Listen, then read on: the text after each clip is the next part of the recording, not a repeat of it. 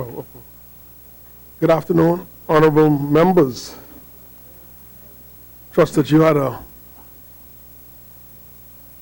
nutritious lunch, despite the brevity of it. When we suspended, we were debating a resolution whereas by Section 3, subsection 1 of the Loans Inter-American Development Bank Act, Chapter 355 of the Revised Statutes Law of the Bahamas 2000, the government of the Commonwealth of the Bahamas may, in such manner and on such terms and subject to conditions as may be agreed between the government and the Inter-American Development Bank, hereinafter the bank, borrowed from the bank or from sums administered by the bank, such sums as may be required for the purpose of financing or promoting economic and social development in the Bahamas.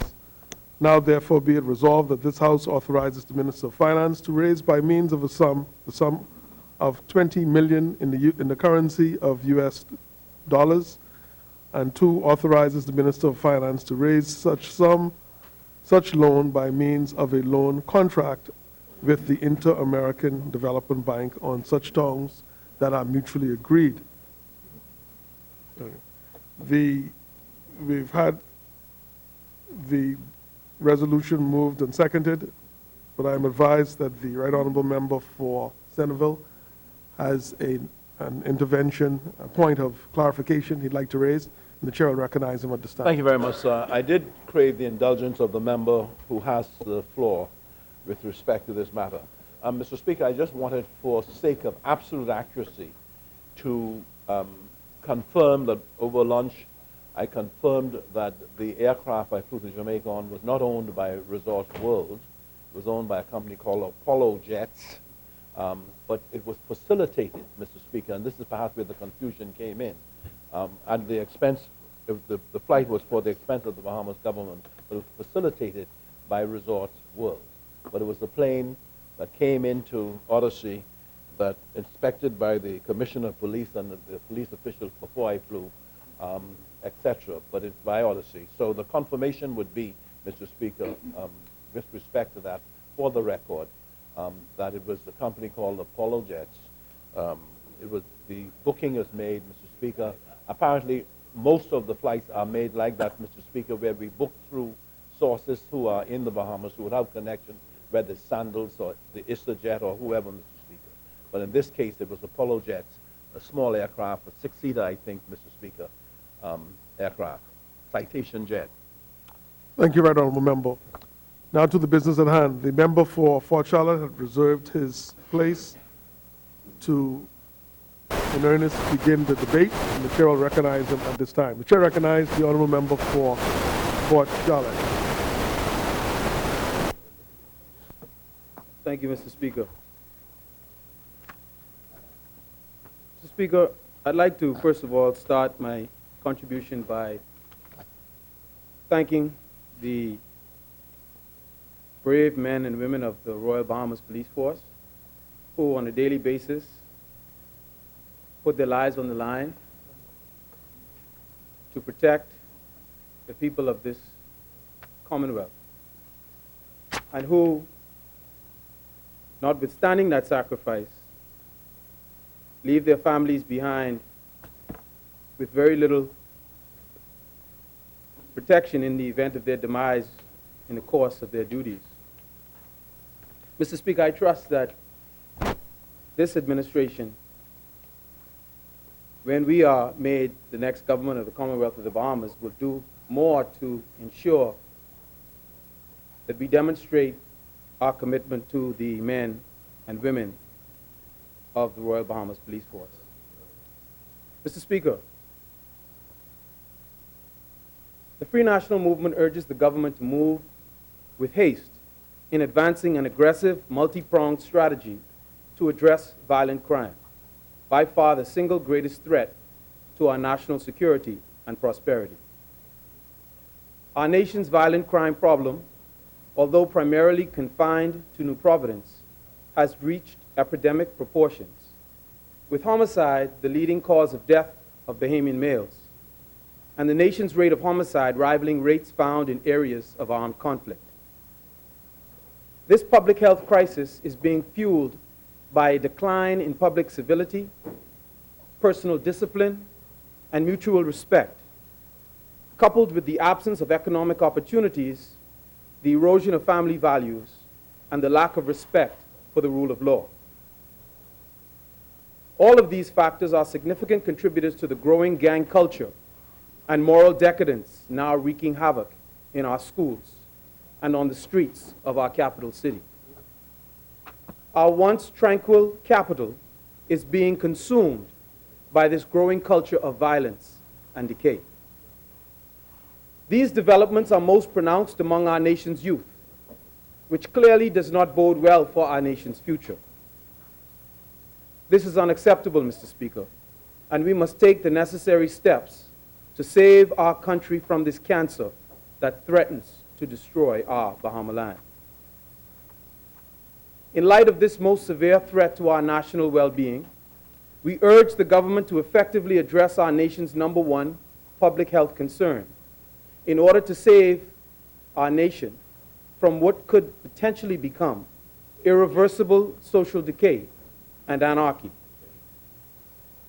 Accordingly, the Free National Movement is supportive of a national youth development program aimed at simultaneously tackling our violent crime and youth unemployment problems by emphasizing character and skills development for all unemployed youth between the ages of 15 to 29. However, as we near another general election campaign, we are keenly aware that any expenditure of the magnitude being proposed in the resolution being debated here today, in the absence of proper checks and balances, could easily be distorted into a giant slush fund. Therefore, to remove any appearance of corruption or malfeasance from the government's proposed anti-crime initiative, it is imperative that it is subjected to rigorous oversight and auditing of all expenditures. And yes, Mr. Speaker, while I hear the cries from members opposite, I remind the people of the Commonwealth of the Bahamas that it is this administration that has yet to account for the debacle at BAMSI, that has yet to account for the debacle in the small homes repairs program, that has refused to account for millions of dollars spent in the urban renewal program in the first year of this administration, $15 million, and we do not yet know what has happened to the money. Point of order. The chair recognizes member for Cat Island, Rum Kingston, I South. address first of all, we have accounted, we have given an account in respect to BAMSI. We have given an account in respect to the small home repairs. And in fact, Mr. Speaker, we laid a report done by an engineering firm that has the discipline within its and has the remit and expertise to examine the issues of the small home repairs, and that report was laid on the table. Now, it's a difference if the member is not satisfied or does not accept the explanation. He can say that. But to say that no report or explanation was given will not be correct. Very well, honorable member. Member for Fort Charlotte. Mr. Speaker, I do not accept, nor am I satisfied with the efforts by the minister to look into the debacle at BAMSI and to look into the accounts and affairs of the small homes repairs program, because it is this minister and his ministry that personally selected the engineering firm he refers to provide the government with a report. Not an impartial report, Point of order, Mr. but a report Point from the minister himself. Point of order, Mr. Speaker. Point of order. Point of order. Member for Cat Island, Rum Key. I stood up on a point of order to correct the statement made that there has been no report on those two matters. Now, would the member accept that there were reports given? That's all. Very well. His views on those reports are his views, and he could speak to those. But it's not to draw a red herring over the fact that he misled this House by saying that there were no reports. If he is saying, yes, well, I've seen these reports, but here's why I think I don't accept it. You selected the engineering. Fine, that's for him to opine on. But my point of order was that, yes, we reported, unlike what he said, that we did not report. Thank you, Honourable Member. Member for Fort Charlotte, you accept the injection by the member for Cat Island. Mr. Speaker. In essence, that he's saying that there was a report tabled. What I said that prompted the member for Cat Island, Rumkey, and San Salvador to stand his feet is that it is imperative that this now proposal is subjected to rigorous oversight and auditing of all expenditures. If the member for Cat Island, Rumkey, and San Salvador is suggesting that the appointment by the minister of an engineering firm with ties to this government is consistent with rigorous oversight and auditing, then I will withdraw what I said.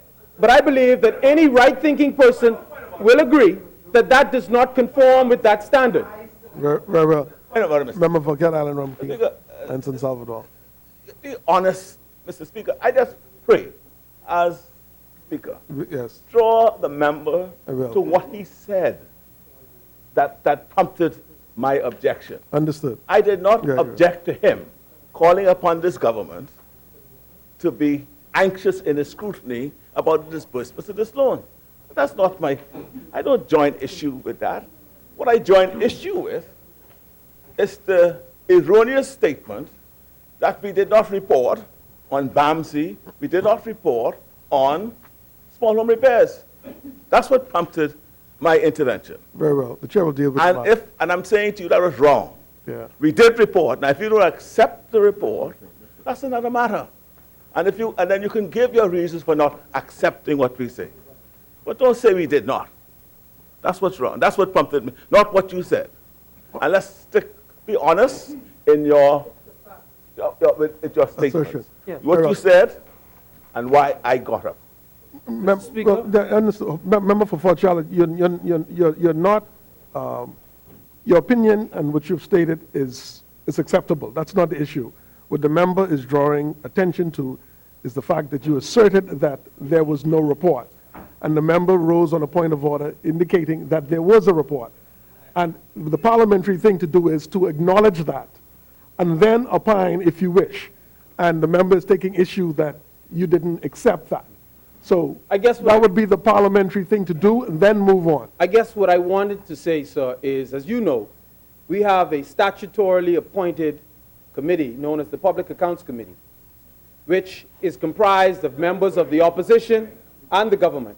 We have yet to receive a report from the Public Accounts Committee because of the attempts by the government to stifle transparency and accountability in relation to the expenditures involving that particular program. Member, you're still not addressing the fundamental issue that, yeah, it's still, the member for Cat Island, Rumkey, and San Salvador is taking issue with the fact that you stated that there was no report. And he corrected for the record to state that it was. And it was laid on the table. The question is, do you acknowledge that? I don't accept that the report was an impartial report. That's what I've said to this House, and I leave that on the table. That's fine. I think it's a bit technical, but what the member is taking issue with is it's a step-by-step process. The first step is I acknowledge that there was a report. Yes, fine. Now, from this point, what is your opinion of the report? Then you could state it. Right. If he wishes, there was a report, but it was not an impartial report. It was a report commissioned by an entity that has ties to this government. Therefore, its findings do not hold water with me. Now, the next point that I'd make, Mr. Speaker. Member for Cat Island, Rumkey.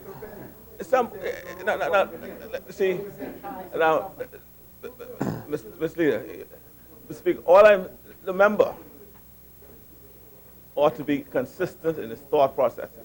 He ought not to allow, right, his mouth, right, to to be ahead of his brain. Let him think through what he's saying. Mr. Speaker, all I'm asking him to do, I don't trouble or join issue with the way he thinks about anything. That is his idiosyncratic approach to his life and what he is thinking about. I'm not troubling that. What I'm troubled about is when he says things that are not correct and said for the purpose of bringing this side into some kind of disrepute, political or otherwise. Now, he's saying ties to the government. What ties this engineering firm have with the government, apart from the fact that it was contracted by the government? You're going to deny it. Right? What ties is he talking about? You see, Mr. Speaker, this is a professional firm. Right? You ought not to be very... See, I can say a lot about him in his professional capacity. That wouldn't be necessary, Honorable Member. I'm just saying, so you don't cast aspersions on persons' professional integrity, particularly if they're not here. Right? And all I'm saying is that, what do you mean by ties? You ought to withdraw that, because it's not said in the context of a proper contractual relation. It's said in the context to cast some sort of suspicion or some sort of mysterious relationship between this side and the contractor. Member for Fort Charlotte, you accept the member's Well, the first thing I'd say, explanation. Mr. Speaker, perhaps if the member didn't have to take so long to think about what he's going to say before he says it, he wouldn't find fault with me in saying that I speak too fast. Because oftentimes he look up in the sky to think about what he's going to say. Member, I say this. Stay focused on this I debate. say this. Let's stay focused on the debate. The fact of the matter is, while he creates his own red herrings, I've said that this government has done everything in its power to suppress the Public Accounts Committee to prevent it from doing the job that the people expect for it to do. And that is a problem for any country that says it is a democracy. And it is shameful, especially after listening to the former Deputy Attorney General and member for Central and South Eleuthera, Member for Fort who Charlotte. said that they have had hundreds of reports by the Public Accounts Committee in London, in Great Britain, the United Kingdom, and yet we have yet to have one. Why? Because this government is not democratic. And yes, I have a problem with that, Mr. Speaker. Very well. Yes. Member, right honorable member for Mr. Speaker, Senator, point of order. You may wish to point out to the member that the Public Accounts Committee is a committee with the majority of the members constituted by the opposition. That the Public Accounts Committee has within its remit at any given time to be able to make a report of whatever kind. The Public Accounts Committee have, in fact, stated positions in this Parliament with respect to the government. With respect to whether the government is stopping the Public Accounts Committee, that's not possible, Mr. Speaker. Mr. Speaker, you are the person to whom the Public Accounts Committee appeals. On a particular occasion, you came to the Parliament. You even wrote the Prime Minister with respect to Public Accounts Committee, Mr. Speaker. The Prime Minister, who's been in Parliament for a long time, Mr. Speaker, who's been through all of these things, made certain points known. We had a lively, dynamic participation. Ultimately, the Speaker ruled on a process, Mr. Speaker. All of that is a part of the parliamentary dialogue. At no time did the government try to intimidate the chair, Mr. Speaker, the member for St. Anne's of the Public Accounts Committee. At no time. And at no time did we attempt to intimidate. The final point I make is this. The Public Accounts Committee, Mr. Speaker, has a joint chair of two former members of Parliament. They are well aware of that. The position they took, Mr. Speaker, was a position legally advised, that they were legally advised on. They made submissions, and Mr. Speaker, when the Speaker brought about a process in Parliament that conformed with their legal advice, they appeared before the committee. But the Speaker adjudicated, and at each stage caused these things to happen. And Mr. Speaker, it must not be forgotten that the Public Accounts Committee is majority led by the opposition party. And at any given time, they have the right, Mr. Speaker, to report to this Parliament and yourself. Thank you, right honorable member. Mr. Speaker, Member for Fort Charlotte. just in wrapping up this response to the point of order, the reason that I have concerns about the effort to suppress the Public Accounts Committee is due to the fact that I know that the Public Accounts Committee has had contractors who have, by their own admission, caused for almost $50,000 to be spent on single home repairs, when there's only supposed to be a maximum of $10,000. And it is because they recognized just how bad that would appear to the public, realizing that there was no oversight, no kind of regulatory authority to ensure that that type of wastage did not occur. And, Mr. Speaker, when people who absolutely need the work, they're not able to get it because the minister, the member for Cat Island, Rumpke, and San Salvador, did not see fit to put in place those regulatory oversights so that the Public Accounts Committee would not find out about the wastage that was taking place. They sought to suppress it. The report that was tabled by the committee, commissioned by the member for Cat Island, Rumpke, and San Salvador, did not speak to that. So I cannot support the report of the committee commissioned by that member. I cannot. Point of order. On a point of order, Mr. Speaker, and in the context of our democracy and the fact that we have an institution with the power to inquire into the affairs of the government, with unlimited powers to stand for persons and papers, Mr. Speaker, but, Mr. Speaker, connected to the office of the Speaker. Mr. Speaker, the chairman who sits in this House will not say, I believe, what has just been said. Thank you. Member, I think I was just going to ask the chairman. The chairman needs to rise because I think it's improper for another member on your side to send a lot of assertions as if, and the member speaks with a level of authority as the chairman. If I may, Mr. Speaker, bring some clarity to this. Member for St. Anne's, you recognize. We are in the process, and I spoke to you last week about this, reporting to the House. The report right now is being circulated, and at that particular time, we will bring our findings to the Assembly. I prefer not, and I would ask the member probably not to get into this report at this particular time because, and until we present it, you know, I don't want things to get to the point where it's not. All right? So I think what we should do is sort of like leave this alone right now, and we will report to the House in short order. Thank you, honorable member. Mr. Speaker, thank you. I don't withdraw anything that I've said. Everything that I said, I stand by. Point of order. I bring to the attention of the Speaker that the Member of Parliament for Centerville objected on a point of order that the member was misleading the House. That was the essence of what I'm saying with respect to the work of the committee. The chairman has just said, Mr. Speaker, words to that effect.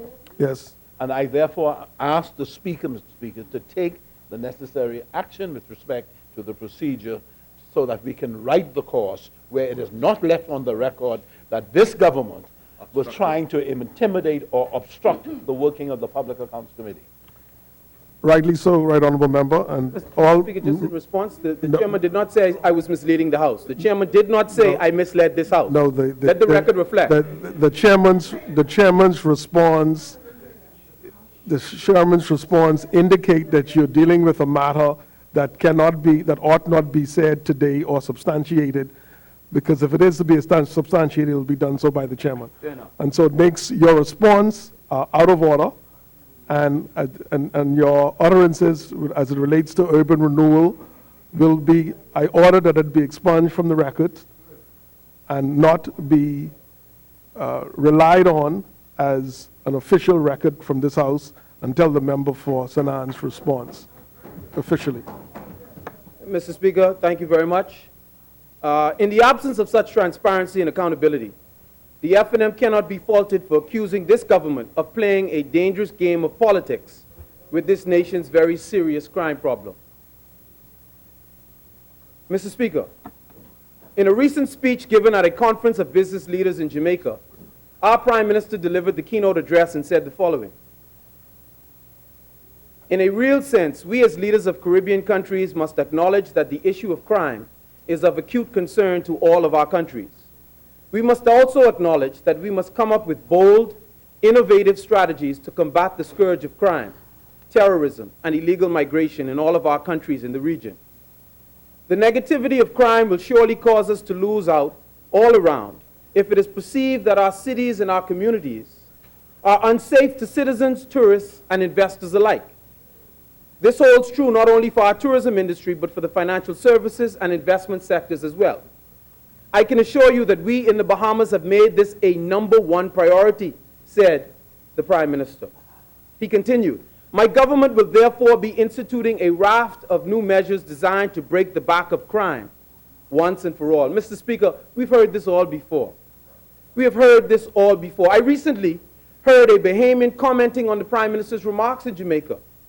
In his words, the speech amounted to nothing more than fluff. Empty talk with no substance. Indeed, the track record of this administration supports this critical assessment of the Christie-led government. 149 homicides in 2015. According to the Minister of National Security, predominantly young men between the ages of 18 to 25.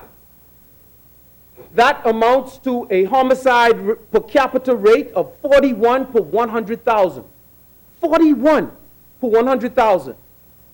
In 2012, the Bahamas had a per capita rate of homicide of 29.8 per 100,000, according to United Nations figures.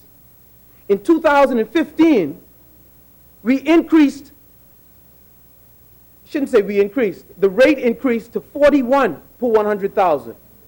That represents a 37% increase in homicides during this administration's watch.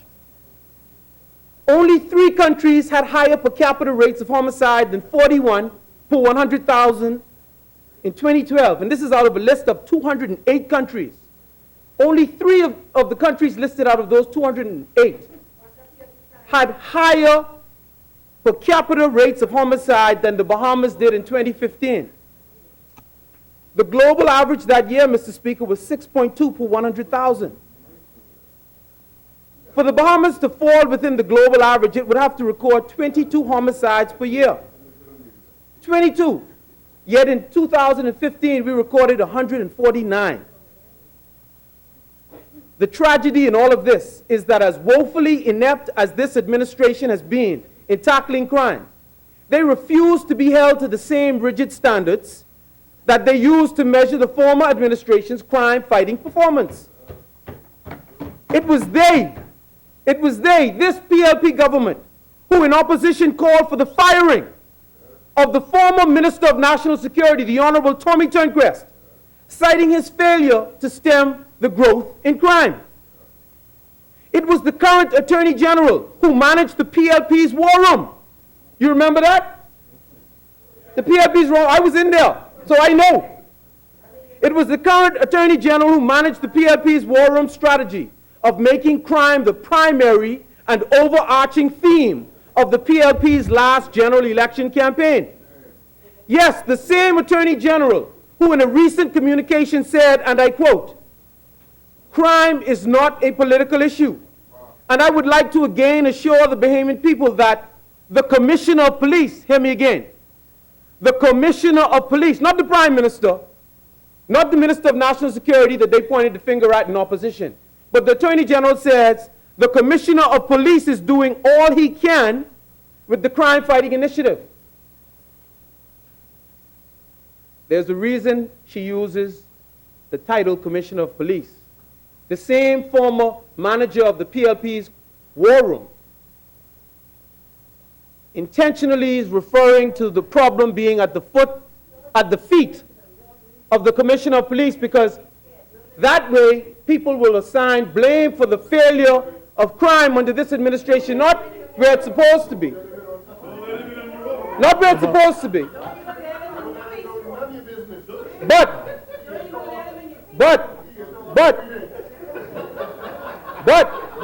hey, like the former Prime Minister says, you talk some and you keep some. You talk some and you keep some. But I know one thing. Members, They won't refute what I said, that the current Attorney General was the lead of the PLP's war room in the last election when they stressed that crime was the #1 issue in the last general election campaign. But yet she says crime is not political. Yet crime is not political. Mr. Speaker. Mr. Speaker. Just today, the Minister of National Security, during his contribution to this House, said, I'll say this, Mr. Speaker, can I get time until they finish speaking?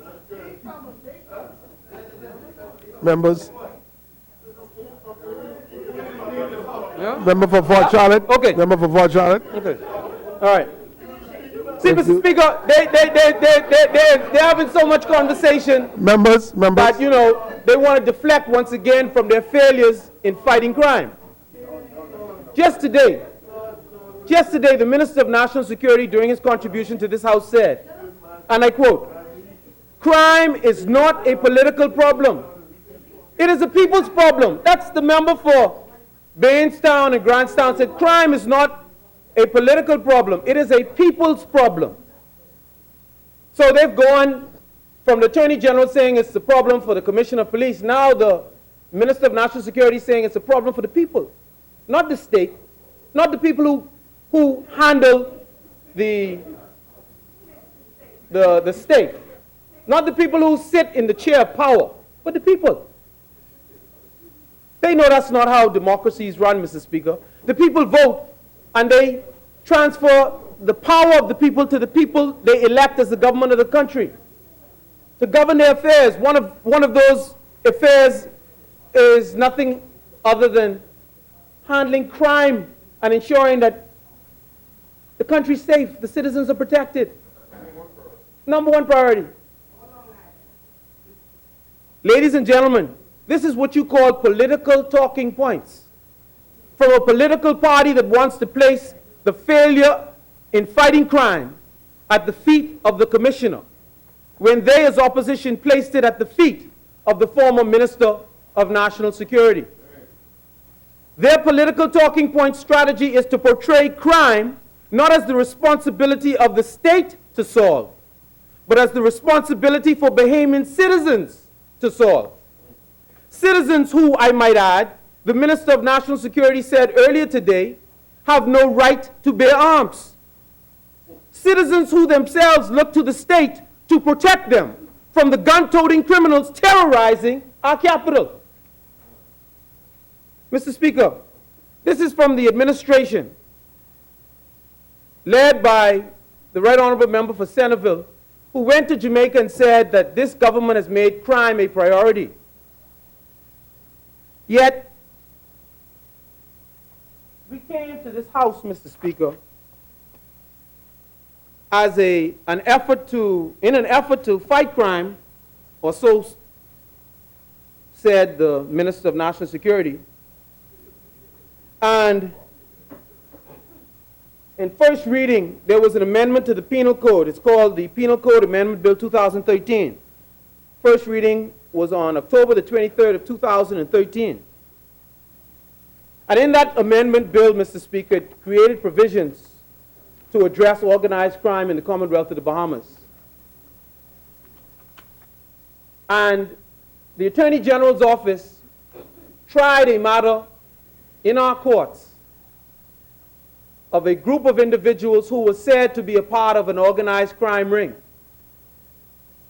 The government that said it has made fighting crime a priority brought that bill for first reading in 2013. They didn't debate the bill here in this place until, or it wasn't passed in this place until July 22nd of 2015. Almost 2 years after it was first brought to this House for first reading. And yet they say that fighting crime is a priority of this administration. They go to Jamaica and the Cayman Islands, and they say that people are so happy to have the leader of a country where they're failing in so many areas, come to tell them how to fix their problems. And we're supposed to sit down and accept that this is what we should consider good governance under this PLP administration. You see, Mr. Speaker, I've never claimed to be perfect. But don't fault me because I stand up to provide critique when you yourselves have put yourselves forward as being a better alternative to the Free National Movement. I believed you, Right Honorable Member for Centerville, when you said that you indeed were about building the bridge to the future, that men and women who had been in Parliament for decades needed to hand the mantle over to a new generation to deal with this country's modern problems. And yet, there's no evidence that those persons who spent decades in this place, who have administrated over failure after failure, have any intention of walking off the scene. But they are content to say that while in opposition, it's a failing of the government, but while in power, it's a failure or responsibility, rather, of the people. You can't have it both ways, Mr. Speaker. And it is embarrassing that the Attorney General could bring forward charges in the courts of our country for legislation that took 2 years to pass that is supposedly a priority. And yet when it goes before the courts and the courts enforce punishment, they have to withdraw the conviction because the act had not yet come into force. My God. Please forgive me, because one should not call the Lord's name in vain. How embarrassing. The Attorney General that has said crime is such a priority, the leader of this country, the Minister of National Security, going around the world telling them that we are serious about fighting crime. Yet they get a conviction and they have to toss the conviction aside because they didn't see to it that after it was dealt with in this place, that it was properly gazetted. And they say that they are the best government that this country could hope to have. Swift justice became no justice at all. Swift justice became sloppy justice. And as the old peoples like to say, haste makes waste. Mr. Speaker, it does not end there. Because this same administration that has said it would make crime a priority hailed the conviction of a Jamaican national on human trafficking charges, allowing it to be brought into the Tier 1 of the United States State Department rankings for human trafficking. But guess what? The legislation that we debated in this place called for such matters to be prosecuted in the magistrate's court. They tried it in the higher court, the Supreme Court, which had no jurisdiction to hear such a matter. And so what happened? They get the conviction. The woman spends more than a year in jail on a 15-year sentence, and then has to be told the conviction is null and void. You wasted a year of your life in jail. She's likely going to sue the Commonwealth of the Bahamas for improper incarceration. Wasting the time, the effort, and the finances of the government. And the government once again walks away with egg on its face. This same administration that championed anti-crime legislation. Haste makes waste, Mr. Speaker. You had your human trafficking conviction, your one and only human trafficking conviction, and you could not get that one conviction right. I mean, it says it right here in what we debated, trafficking in persons, and it says at the back of it that under Part 4, prevention of trafficking in persons, it says that a magistrate is supposed to preside over these matters. It says it not once, it says twice. But we have an Attorney General who's made a QC by this same administration, suggesting that she is an exemplar among her colleagues, who champions and touts political talking points like swift justice, and she doesn't even know to advise her administration or those under her authority what is the proper court to try a matter.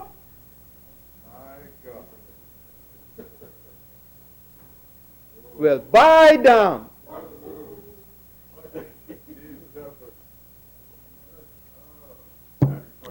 Mr. Speaker, through you, I really believe that the Prime Minister ought to reconsider his criteria for determining who receives the Queen's Counsel. Because by those standards, I am sure there are junior members of the bar who would not have made such a mistake and caused this administration to be left with its pants hanging down. Shame, Mr. Speaker, shame. And you see, they cannot stand up because they know. Two examples that this Attorney General under this administration has totally goofed. And we are supposed to somehow feel that we are safe with this type of representation at the government level?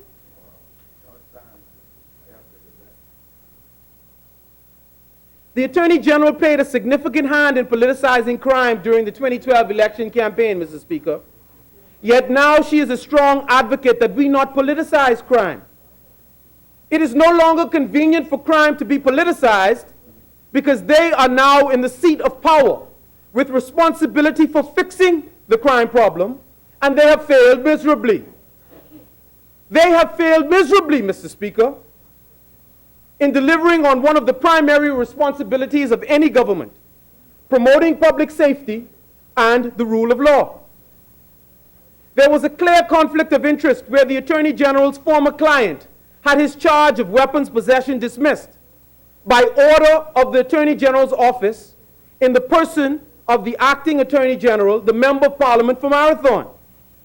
What is so curious about this is that the then Deputy Attorney General, the member for Central and South Eleuthera, who would ordinarily serve as the acting Attorney General in the absence of the substantive Attorney General, was whisked away to Trinidad to attend a conference wherein he admittedly, and I will use his own words, wherein he admittedly was only able to arrive in Trinidad in time to make the closing ceremony. Member for Charlotte. Member on the floor. Member for Marathon. Mr. Speaker, I'm only rising because the member is so inaccurate with his statements. And I would wish for him to withdraw the statements. And I will explain why, Mr. Speaker. Mr. Speaker, from the day of us coming into government in May of 2012, there was a policy within the cabinet that only a substantive minister could assume the post of another minister. At no time was the Minister of State appointed the Attorney General during that time. I was always, at that time, Mr. Speaker, the acting Attorney General whenever the Attorney General traveled. Always. And, Mr. Speaker, furthermore, the member for South and Central Eleuthera will have to speak for himself, but in the newspaper, when it was reported, he made it very clear that what I am saying is correct. He made it very clear that he never acted as Attorney General during that period of time. Never acted as Attorney General during that period of time. He went even further. He went further, Mr. Speaker, to say that there was no connection, in his view, between him going out of town and that because he could not act. He could not act. He can't act now because he's not in the cabinet, but he couldn't act, Mr. Speaker. So it was neither here nor there. So that statement is completely inaccurate. He never acted before that time, Mr. Speaker, never. Thank you, Honourable Member.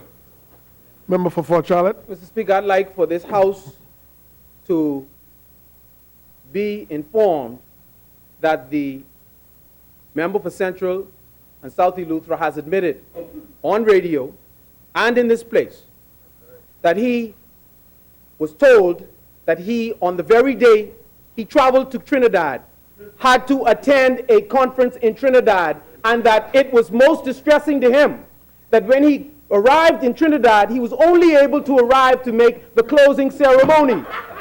Thank you, member. Member for I don't know what the member for South Eleuthera went for and what he did. I don't want to get into that, Mr. Speaker, because I don't know. I was making a very simple point, and I want the member to withdraw the point that the member for South Eleuthera at any time prior to that point acted as Attorney General, because it is not true. Very well. No, he did not say that. He said he always acted before, and he wanted to know why I came into act. He never acted before, Mr. Speaker. I'm putting on the record. The record will show that between May 2012, I acted as the acting Attorney General every time the Attorney General left the country, Mr. Speaker. Every time. Thank you, honourable member. Member for Speaker, Fort Charlotte. I read for the benefit of this House exactly what I said. Member for Fort Charlotte. Yes, sir. The member is taking issue with the fact that you stated that the member for South and Central, in his capacity as Minister of State, served as acting Attorney General. The member for Marathon says that is not the case, and you made the statement. Let's deal with that first. Understood, sir. So therefore, the chair will order you to withdraw the statement. The point that I made, Mr. Speaker, is that the let's Deputy Attorney General would act instead of the AG substantive in their absence. That's what I said, yes. They would, the Deputy Attorney General would act instead of the AG in their absence. No, member. This is what the member is taking issue with. I hear what the member's taking issue with, but what I'm saying is that the Deputy Attorney General... Member. Mr. Speaker, Member can I just say this? Mr. Speaker, can I just say this? I was in opposition myself for 5 years, Mr. Speaker.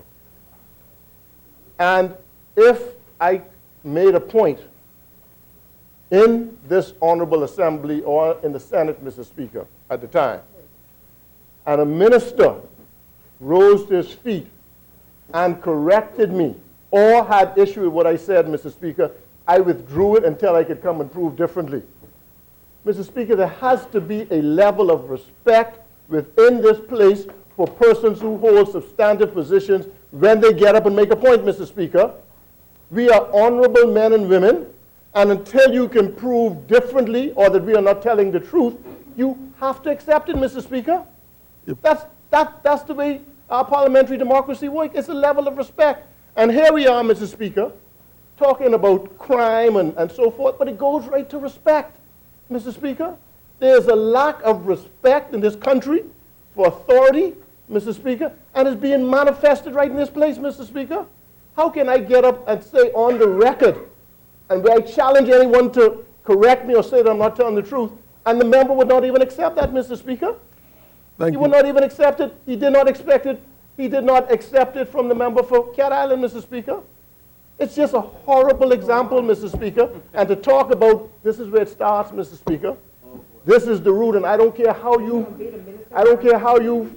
fix it. I don't care how you talk about it. It starts with respect for authority, Mr. Speaker. And that's the example that we are in here, showing disrespect and lack of respect for those who are in authority and speaking on a matter, Mr. Speaker. And I challenge him, if he can show that what I'm saying is not true, then bring it. I am saying on the record, that's the facts.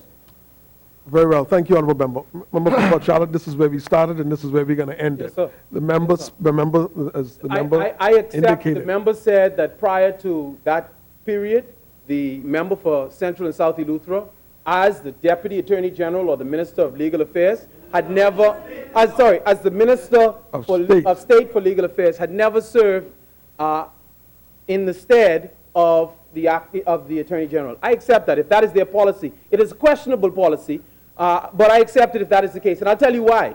I'll tell you why it must be questioned. And let there be no mistake, Mr. Speaker.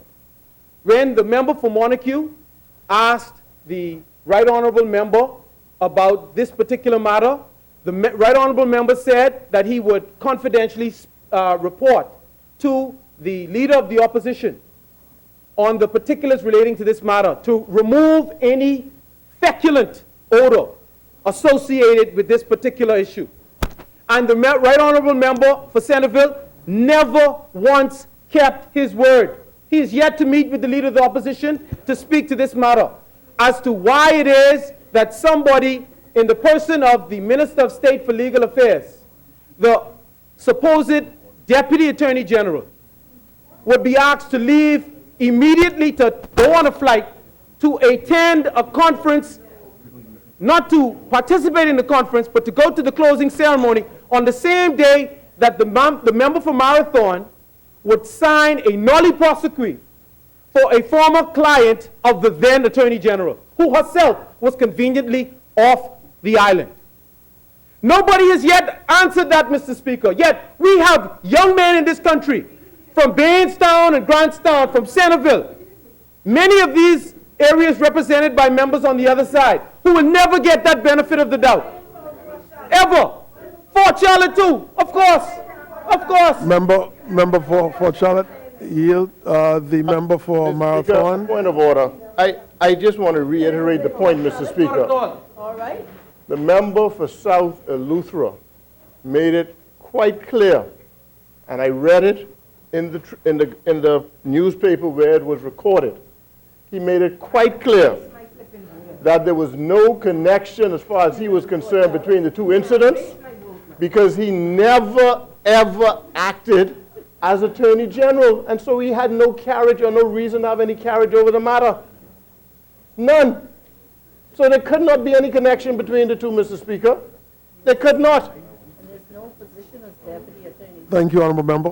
Mr. Speaker, what the member for for Marathon Charlotte. has unwittingly acknowledged is that this Gussie May cabinet was created to provide jobs for individuals simply because of favors for, as the member on this side would often say, friends, family, and lovers. Because clearly, he served no purpose. Just refrain from your... How could you have a Deputy Attorney General as the Minister of State for Legal Affairs, never, as a policy decision, never serve as acting Attorney General? It makes no sense, Mr. Speaker. What they've said is that they had a large cabinet for no purpose other than to stack the deck against the House of Assembly, in your own words, to bastardize Member, take your seat. Take your seat. You're out of order. I'm going to suspend this House for a few minutes. I wanted the Leader of the Opposition in my chambers and the government leader. We got to deal with this. Member, you're not going to get away with that. No member should stand in this House and associate any speaker with any utterances outside this House. Don't you ever do that again, Honorable Member, or else you will be removed from this House. House suspends. All right.